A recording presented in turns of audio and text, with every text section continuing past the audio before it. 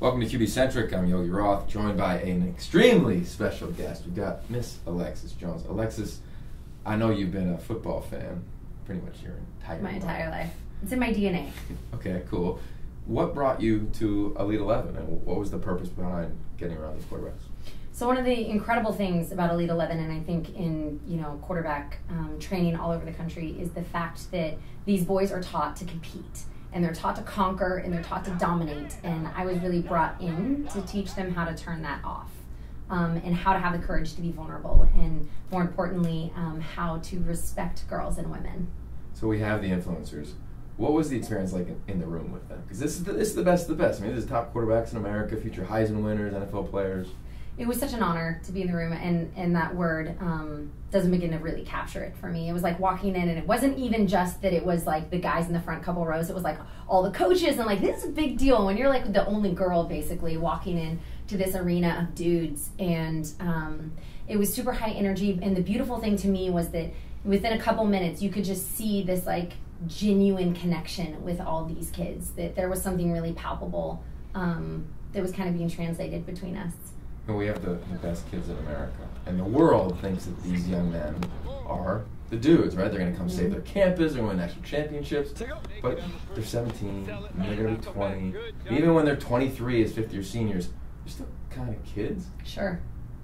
Can you touch on the insecurities that we never see maybe as fans of some of these signal callers? Of course. I mean, I think it's one of those things that, again, I mean, when we look back and we were 17, if anyone had sat down and asked me the question, who you choose to be, I'd be like, I'm sorry, what? So we're asking a lot of these kids to like sit down and do the lonely work that you talk about, of doing the work of like, who am I? Who do I want to be in this lifetime? And I think that there's latent insecurity in guys who, have so much pressure and so much expectation on their life. And so being able to sit down and give them space and provide a sanctuary for them to be vulnerable and to be honest with themselves and with each other. I mean, what a powerful opportunity and exercise for them, because I think there is so much expectation to like, yeah, what's up, bro? Like, I ball hard. And it's like, but of course you're 17, and of course there are insecurities and all these things that you're struggling with as you're figuring out who you are and what you want to do in life. And I don't know, I think it was just a really powerful opportunity to like give them a space to be a kid. There's going to be one person's life here who will never again be the same. And the fact that you have the opportunity to impact right now your high school, eventually your college, that you get to have an impact of what your college campus culture looks like within your team of 100 guys who are looking at you every single day to show them what it means to be a real man. And then eventually, when you get drafted, potentially in the first round, you have the opportunity to impact the world.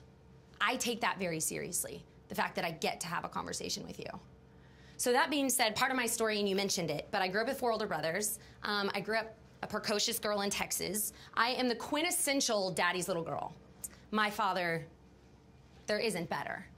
My dad is the best man that I've ever met in my entire life. My 4 older brothers are impeccable men, and I joke that I'm a connoisseur of good men.